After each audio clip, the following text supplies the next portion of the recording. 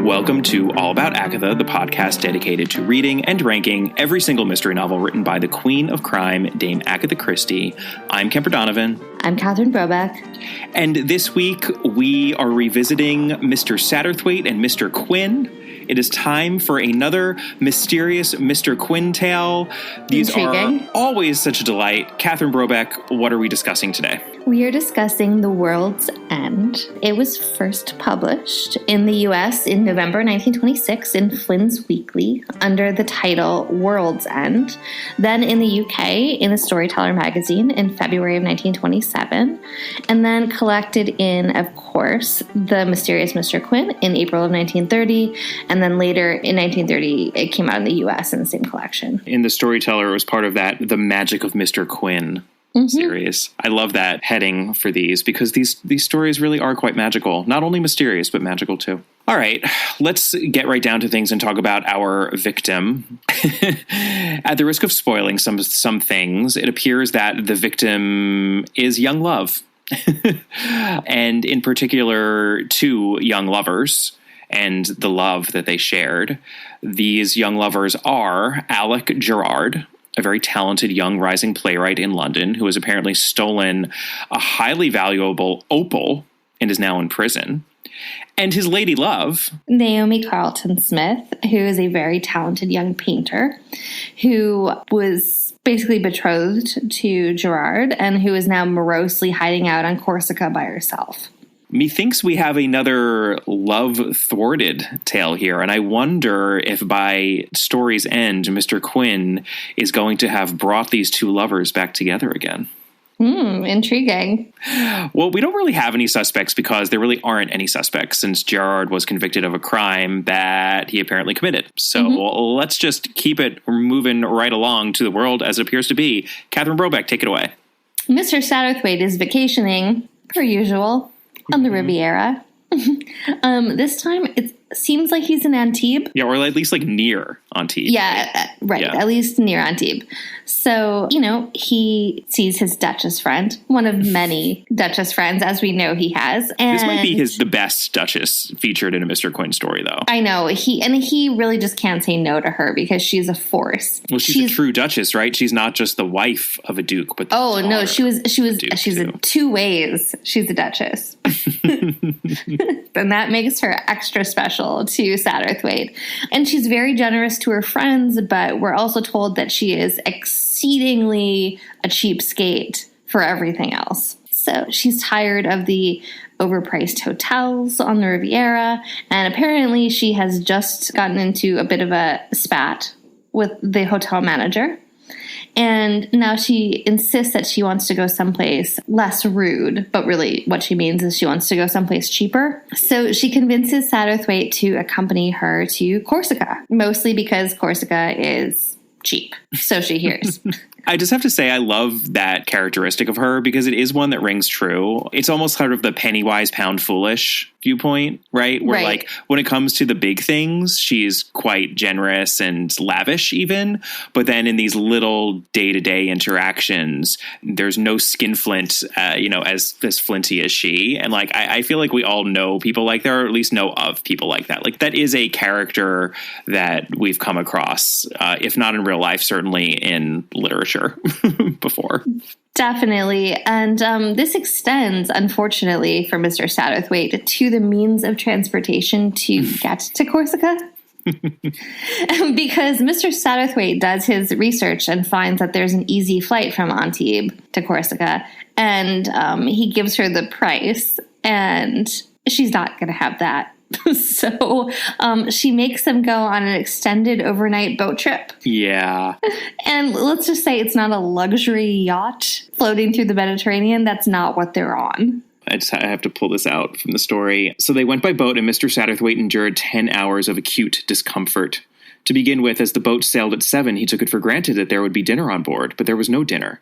The boat was small and the sea was rough. Mr. Satterthwaite was decanted at Ajaccio in the early hours of the morning, more dead than alive. And I will just make a note. We're not entirely sure how to pronounce the name of that city where so many of the events of this story take place, but it does seem to be rather phonetic, Ajaccio, but there was at least one source that was telling us Ajaccio.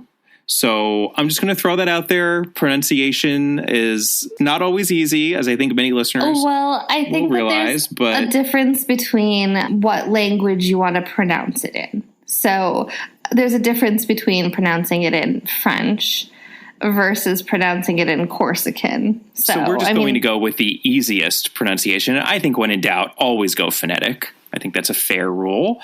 And call it Ajaccio. Or we can just refer to it as that place. But yes, it's very amusing how beside himself Mr. Satterthwaite is by the conditions of this journey, whereas the Duchess is, quote, perfectly fresh. She never minded discomfort if she could feel she was saving money. This is like Mr. Satterthwaite's nightmare traveling companion. Exactly. And then on top of it, when they get to Corsica, it's not exactly the kind of luxe accommodations that Mr. Satterthwaite might be used to. Poor pampered Mr. Satterthwaite. I know. Perhaps his bathing quarters are not quite what he wanted. Yeah, doesn't he have to share a bathroom with someone else? Yes, he does. The horror. Quel horror. So at their, I guess we'll just say quote unquote hotel, and after some rest, very minimal rest, frankly, the Duchess and Mr. Satterthwaite regroup, and she grouses about running into one of her lesser relatives at the hotel. It's a young woman from the Carlton Smith side of her family, ne'er-do-wells, if ever there were, per the Duchess. And the girl's been recently involved in this messy affair with her love interest, who is a poet or a painter or something, but regardless, now he's in prison. And the girl is apparently on Corsica. So Duchess has cornered the girl inside. She insists that the girl come out and meet her on the terrace. And then she drags Satterthwaite out also to meet her. And this is Naomi Carlton Smith. And Satterthwaite, without even being introduced, surmises to the Duchess that the girl is an artist because she's wearing a sack dress. She's like a dark asymmetrical bob. And emo. Very emo. And Satterthwaite immediately just clocks her as one of the artistic crowd. As we know, Satterthwaite is actually quite familiar with that crowd. And she sits morosely by herself, which is apparently now her general state of affairs.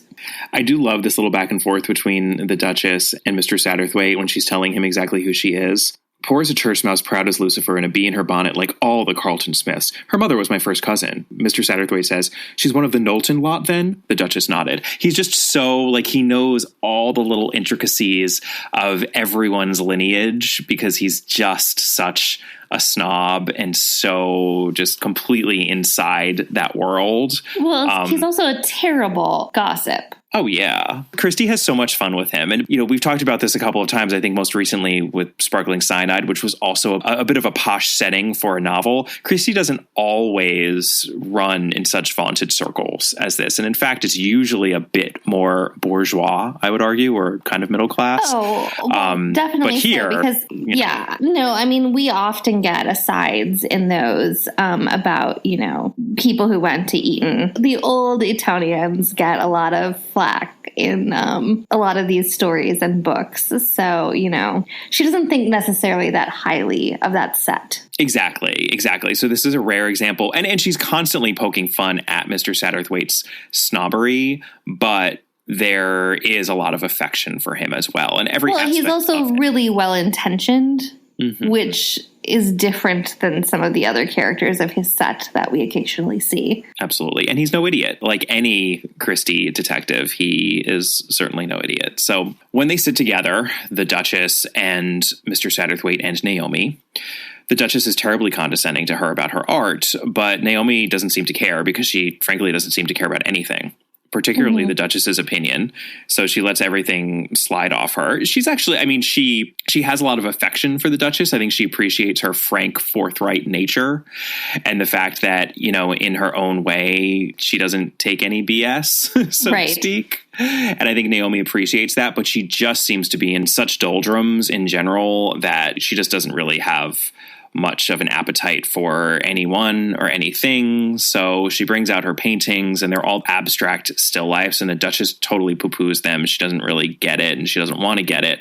But Mr. Satterthwaite, who, as we know, is a connoisseur, is quite taken. And he sees talent there, he sees vision, and he offers to buy one. And she lets him pick, and he picks what she considers to be her best painting. I love the description of it. Mr. Satterthwaite hesitated a minute or two, and then he selected a study of prickly pear and aloe. In the foreground was a vivid blur of yellow mimosa. The scarlet of the aloe flower danced in and out of the picture, and inexorable, mathematically underlying the whole, was the oblong pattern of the prickly pear and the sword motif of the aloe. This is apparently her best work. At least Naomi herself considers that it is her best work. So her opinion of Satterthwaite immediately changes when she sees that he has picked this piece. It's as if she sees him for the first time.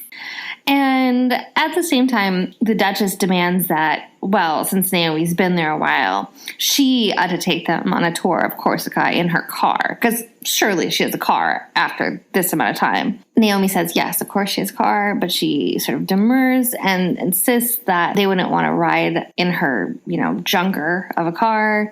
She couldn't bear to have them bouncing up and down mountain roads in it, and they should rent something. Like, why don't they just go into town and rent something? Which, of course, the Duchess, being somebody who doesn't like paying for anything, is immediately mad about this.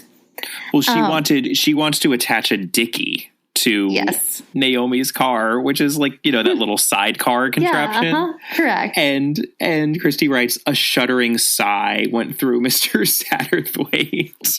The torture continues. Oh, poor Satterthwaite. Yeah. Thankfully for him, the Duchess ends up befriending this retired Indian judge named Mr. Tomlinson. And when it's mentioned that he's in fact Indian and not jaundiced, the Duchess feels much better, which really is a terribly weird aside. He just has an unusual color, but once she realizes that he's been in a hotter climate where he'd be in the sun more, it makes sense to her. It is very odd. Very odd, but he has a fancy car, and he's willing to bring them behind Naomi on a tour of the island so she can drive alone in her car. And the Duchess, Mr. Tomlinson, and Satterthwaite can ride in his car, although Mr. Satterthwaite again tries to get a ride with Naomi, but to no avail. Yeah, I mean, he senses something is up. She feels this tenuous connection to him, but is still doing her kind of morose thing, and the dance continues. So, the next day, they travel through the mountains on dangerously narrow roads to a cliff's edge that Naomi refers to as the world's end. It is high in the mountains. It overlooks the sea. We've been in a similar scenario before in a Mr. Quin story. On a similar island? Yeah. There are only a few little houses and shelters nearby. The actual town is called Koti Chiaveri. And while standing near the edge of the cliff, Mr. Satterthwaite notices a figure sitting there. Who is? Catherine, who could this possibly be? Gee, I wonder what collection of stories we are in. I wonder who could be apparating at the edge of a cliff. In the middle of nowhere, just chilling. Just chilling like the villain he is. Might it be Mr. Harley Quinn? It just might be Mr. Harley Quinn. We have 100% seen this before. Yeah, just chilling in the middle of nowhere at the edge of a cliff. NBD. I know, seriously. In sort of like inclement weather, too. Yeah, it starts to snow, right? Mm-hmm. Well, it starts blowing first in the cold. Right. So it's blowing, it's cold, and then it starts to snow, and they need to find immediate shelter. So they head towards a casse-croûte at the edge of town. Casse-croûte is like a snack. So I guess this is like a snack hut or something, like a picnic area. Slightly unclear to me. Maybe somebody like a little informal shelter for one such snack, I suppose. I suppose so. Inside, the party finds that they're not alone. So in addition to Naomi, Mr. Satterthwaite, Mr. Quin, the Duchess, and Mr. Tomlinson, already eating inside are the famous English actress, Rosina Nunn, who looks more like a duchess than the Duchess herself, her husband, Mr. Judd, and the very successful theater producer, Mr. Weiss. Wow, it's getting to be quite a party here, as so often happens in a Mysterious Mr. Quin story. Right. I mean, we have like 8 people crammed in this like tiny picnic snack hut shelter. Yeah, snack hut. Yes. Crammed into like a Wetzel's Pretzels or like an Auntie Anne's shack. I mean, but so much more European and sophisticated. Yes, right. I'm pretty sure that this is not a suburban mall in 1995. So it's a little bit more rustic than Auntie Anne's. I'll give you that, but only a little. There's an Orange Julius next door to it. I'll have you know, every time the Academy Awards come around once a year and we all watch all of those star-studded revelers travel up the grand staircase at the Kodak Theater, I can't help thinking how whenever I go to the Hollywood and Highland complex, which, yes, is a mall. It is it's a total mall. I think there is literally a Wetzel's Pretzels lining that grand staircase, but they, of course, just cover it for purposes of the Oscars. It's possible for such establishments to exist amidst such grandiosity as a real duchess and an actress who looks like a duchess. I'm just saying. I would say that Hollywood and Highland is, its own beast. But I would expect that less in the mountains of Corsica. But yeah, let's just say the Oscars are a little easier to enjoy if you have never been to the Hollywood and Highland complex. I don't recommend that anyone visit it for that reason and others. No. I highly recommend that people visit the Hollywood and Highland complex just to fully get the sheer experience of it. Because it really, if you want to like take a giant pin and puncture that glamour balloon, there's no easier way than to know where it takes place. Anywho, Rosina Nunn, again, actress who looks like a duchess, she has this white hair and this kind of grand manner, and I imagine her looking like a Romanov, sort of, a grandmotherly Romanov. So Ms. Nunn, it turns out, is less interested in her visitors than in the picnic that her husband has packed. She is kind of obsessed with food. Bit of a foodie, our Ms. Nunn, and this picnic is full of foie gras and Gruyere and hard-boiled eggs and presumably peppermint creams, which are her absolute favorite. And I feel her on that, by the way. And let's never forget Christie's own obsession with cream and creamy things. So Ms. Nunn chats about food while everyone else chats amongst themselves, except for Naomi, of course, who first won't sit down, then tries to bolt to her car, only to be stopped by Mr. Harley Quinn, who authoritatively tells her to sit down at the table, which she does. During this, Rosina Nunn proceeds to tell these stories about how she's always losing valuable things. She left jewels in a sponge bag. There was caviar sitting behind her on her chair that she just overlooked and was basically sitting on. She just, can't really keep track of things. I guess she has to use all of her energy being a great and talented dramatic actress. The thing is, though, nothing could be worse than the fact that her most precious belonging, her giant opal, her birthstone, as rare an opal as you can get, it had been stolen and never recovered, and it had been stolen by this up-and-coming playwright the previous year when he was taking a meeting with her, and he even appreciated her love of peppermint creams, but instead he stole her giant opal. And then she was really uncomfortable about it, but she had to testify against him, and now he's in prison. So Naomi, who, has she's been a grumpster since the moment she was introduced, but she's really dialing it up to 11 here, and she pretty much gives up at this point, wanders outside, followed by Mr. Quin. Because you see, that talented playwright, Alec Gerard, who was arrested for stealing that opal of Rosina Nunn's, was Naomi's great love.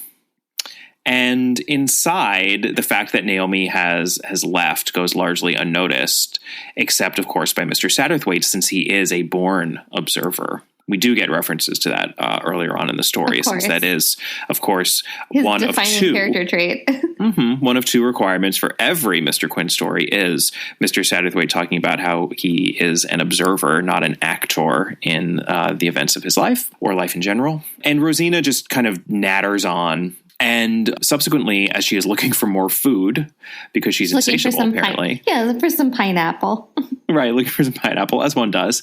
She empties out her bag, out of which tumbles a lovely little box. So Mr. Tomlinson comments on it and starts to ask Rosina several cheerful questions about it. And she seems totally bewildered as to what he's talking about.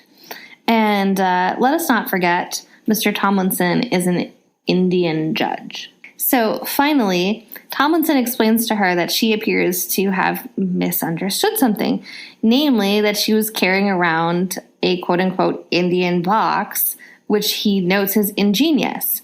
And Satterthwaite notices his excitement and presses him on what he means by ingenious. We are now, I guess, at Kemper, the world as it actually is.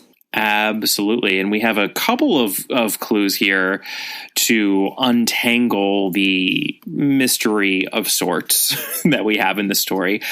I'll be honest, I actually really enjoyed this story up until the resolution, because I don't think it amounts to all that much, but it is an atmospheric story. It is one that is very much delighting in Mr. Satterthwaite, even comedically, in his relationship with the Duchess. It has a sort of a fabulous rustic setting. There's a whole lot to enjoy here. I just don't think that as a mystery, it adds up to a whole lot. Well, there is not really that much of a mystery here. And there's a, obviously really weird Deus Ex Machina thing that's about to happen. But yeah, I'd almost say it's intrigue rather than mystery. There's a sort of intrigue here that we have to get to the bottom of, but I think that might even be giving it a little bit more credit than it deserves. Yeah, I think so. I mean, I like your choice of word in atmospheric, because I actually quite liked this up until probably the resolution, and I do think it's very atmospheric. Even the resolution is still atmospheric. It's just not necessarily satisfying on a mystery or intrigue level. Right, which is very textbook Mysterious Mr. Quin. She's doing, as we've discussed so many times now, she's doing something a little different in these. Her focus has shifted slightly from mysteries, even in the ones that feature miniature puzzle mysteries. It is more on the atmospherics and even this sense of wonder and mysticism and the supernatural. And there's certainly a lot more to chew on here and enjoy than what little intrigue we have. So let's go through some clues, nevertheless, to get to the world as it actually is in our resolution. Clue number 1 is that we are told that Naomi is in a deep depression due to the loss of her love. The love of her life has gone to prison, and we're also told multiple times that she doesn't want anyone with her in her car on these dangerous, windy mountain roads. So the deduction, which I don't think is too difficult here, is that Naomi is suicidal. She doesn't want anyone in the car with her because she's intending on staging a, quote, accident. I would also say it's funny that in these Mr. Quin stories, we often get just these little glancing allusions to, I think, some of the more troubled, turbulent times in Christie's own life. We had that in the Man from the Sea, where, which is obviously the one that's closest to this. Yeah, which is totally the one that's closest to this, where, we had Mr. Quin appearing on the cliff's edge and then disappearing back on the cliff's edge in this notion of suicide. And it was sort of a mise en scène that had been reproduced almost exactly in her Mary Westmacott novel, Unfinished Portrait, which is acknowledged by many, including Max Mallowan, to be by far the most autobiographical of Christie's works. It really gives a window into her state of mind during that whole troubled period that seems to have climaxed in her disappearance. And I think perhaps we get a little bit of that here too. I mean, the woman disappeared in her car and the car was found overlooking a sort of quarry. The story was first published in November of 1926, meaning that it had to be written at least weeks, if not a couple of months before that. That obviously is 1 month before Christie's disappearance, but this is right at the height, I would imagine, of when she was going through a lot of these troubles and these thoughts. So this is pure speculation, but I don't think it's too much of a stretch to imagine that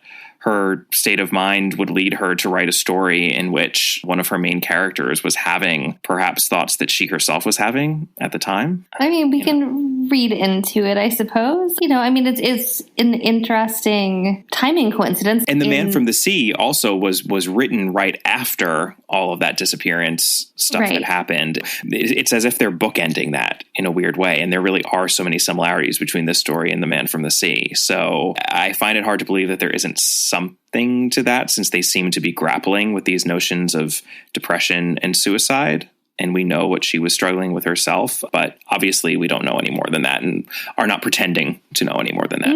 No. I think that all we can do is note the similarities between this and The Man from the Sea, and also her disappearance, all happening at about the same time. Yeah. All right. Clue number 2, Catherine. Well, Rosina Nunn's scatterminded ways revolving around food. She misplaces like every food item handed to her. And, you know, if she does that with some pineapple, I think we should maybe think twice about whether or not her opal was stolen, or whether or not she did with the opal the same thing that she does with her food. So the deduction here is that there is like a 99% chance that Alec Gerard is not a thief at all, and that Rosina testified against him in court and got him sent to prison. And in reality, she probably just lost the opal. Rosina Nunn is secretly one of the most garbage characters Christie's ever written. She's terrible. She's kind of an awful person. Right. And she's a little bit cavalier about this, too. A little? Well, very, very cavalier about this. She's one of those just like mindless people who, you know, has an easy life and just doesn't really think about what impact her actions are having on those around her, to the point where she perhaps sent an innocent man to prison and ruined his livelihood and the lives of those who he loved. Right, which is exactly what she did. Spoiler, Catherine, we haven't gotten to our resolution yet. Sorry. All right, clue number 3, we're almost there. Don't introduce an Indian judge in a mystery box and then have them, and a mystery Indian box, and have them not be related. So the deduction there is that clearly Mr. Tomlinson is going to show her how to open that box, and there's going to be something in that box, and I wonder what it could be. Let's resolve this thing, Catherine. So Mr. Tomlinson demonstrates how an Indian box works. And it's a simple trick of flipping the box over to reveal a different compartment. So he demonstrates it on one side. He puts something in it, and then he flips it, and then he's expecting it to be empty. And then when he opens up the other side of it, it's not empty. In fact, there's an opal in it. It seems that she had no clue that this was how the box worked. And she put the opal in the box. And then when she went to open it up again, it wasn't in there because it was actually on the reverse side of the box. But because she didn't know how the box worked, she assumed that this young playwright who's sitting in her room with her stole it. Yeah. And so she had him imprisoned. And at this point, it's already been a year that he's been in prison. And, whoops, the opal's been on her person the entire time. And she's like, oh, my bad. Yeah, we'll fix this right up. And it's just like, oh my God, the poor man has been in prison for a year for a crime he had nothing to do with. Yeah. So outside, things are getting a little whimsical, because Mr. Quin has been standing with Naomi, who has been drawing. And she has apparently drawn an exquisite pencil drawing of snow falling and a figure standing in the midst of the flurries. And Mr. Satterthwaite joins them, at which point Mr. Quin excuses himself to head towards the cliff. Mm-hmm. Uh-oh. As one does. But not before noting to Naomi that he takes it there will be no road accidents now, i.e. now that Naomi's love is going to have his reputation restored. They can live happily ever after. The lovers will be reunited. Mr. Quin's work here is done. Mr. Satterthwaite is bewildered slightly. I don't know why, because I wasn't. We've seen this before. And he asks where Mr. Quin is going. And it's like, Mr. Satterthwaite, he's going to jump off the edge of the cliff and disappear. That's what Mr. Quin does, duh. Naomi totally gets it. She doesn't think it's odd whatsoever that he's walking to the edge of the cliff. And it's then that Mr. Satterthwaite notices something in Naomi's drawing. And Catherine, I have to say, because again, you know how in these stories, I'm always looking for my two requirements in a Mr. Quin story. 1, Mr. Satterthwaite, observer. 2, Harley Quinn, looking like Harlequin. This has happened before. We are down to the final lines of the story, and we haven't had anything. We haven't heard anything about Mr. Quinn's appearance. There's no stained glass on the cliff's edge. There's no stained glass. There's no motley hue being filtered through a bottle. Nothing. How are we possibly going to get out of this mess? And then we have Mr. Satterthwaite saying to Naomi, "It's very good," he said, "a very good likeness." Because, of course, the figure who she has drawn among the snow is Mr. Quin. But why did you put him in fancy dress? Yes, she has drawn Mr. Harley Quinn as Harlequin. I have to give Christie kudos for not technically spelling that out. You're not saying fancy dress, parentheses, i.e. Harlequin. I know. Well, I mean, it would not be the first time that was sort of done, but... like where she has to make it clear that jesters wear motley colors and... Yeah. Right. I mean, it has definitely happened before. Here, we're just left with the fact that she drew him in quote-unquote fancy dress. And these are the final lines of the story. Her eyes met his for a brief second. "I see him like that," said Naomi Carlton Smith. The end. Yet another artist who has a sort of second sight, can see Mr. Harley Quinn for who he truly is. We came across this in The Dead Harlequin. And I have to say that, I mean, in that Mr. Satterthwaite is a connoisseur of artists, a sort of secondary or tertiary theme of these stories is the power of the artist to access the true version of things or the way things actually are, to sort of illuminate the world as it actually is, you know? Yeah, well, and conjure the truth out of nothing. Yeah. Never forget Ammius Crail kind of doing the same thing in Five Little Pigs. Absolutely. I will also ask a question. Does anybody else see Mr. Quin except for Naomi and Satterthwaite? Ooh. I don't know the answer to that. It only occurred to me just now. Wait, let's see. I might be wrong. He might be introduced to everybody else. Naomi, Mr. Quinn. Oh, Mr. Satterthwaite introduced his friend. Although we do we get anyone actually speaking to him? No, only Naomi and Satterthwaite. No, I mean, I think that's an excellent point because, you know, Naomi can see him or at least can appreciate him, and she's the only one who significantly interacts with him. And who knows, maybe he introduced the air beside him and everyone was like, oh boy. Like, geez, that was a really rough sea crossing for you, Satterthwaite. I do also just want to point out that when Mr. Satterthwaite is talking to Naomi about who Mr. Quin is, because she asks, who is he? And he says, well, I hardly know. I mean, I have known him for some years now. We have run across each other from time to time. And the first story in this collection is a story in which Mr. Satterthwaite met Mr. Quin, the coming of Mr. Quin. So this collection is taking place over the course of years. This is a years-long relationship that the two of them have been developing here, and it's just worth keeping that in mind as we get to our final story in this collection, which is the next one, even though we do have two other standalone Mr. Quin stories as well. So fear not, listener, because we're not quite at the end of Mr. Quin yet. All right, that is an end to The World's End. Join us next week for a novel episode. We always get very excited when we have a novel to cover. That will be what, Catherine? The Hollow, which so many people are huge fans of, and we are very excited to revisit, and hopefully we will not be let down, because I think both of us have incredibly high expectations for it, don't we? We really do. This is another big title within the of, one that is much beloved by hardcore Christie fans in particular, I would say. I don't think this is as much of a casual Christie fans' go-to novel, but there are many who I think would put it certainly in their top 10, if not even higher. So we shall see where it ranks with our very intriguing titles. Yep, very intriguing. Looking forward to it. And we would love for you to join us on our Patreon site. That's at patreon.com/allaboutagatha. Email us at allaboutthedame@gmail.com. We're on Twitter at allaboutthedame. Catherine is at Brobcat. Our Facebook page is All About Agatha, and our Instagram handle is at allaboutagatha. And we would really appreciate it if you would take a moment to rate and review us and help other people find this podcast. And we'll see you next time. Bye. Bye.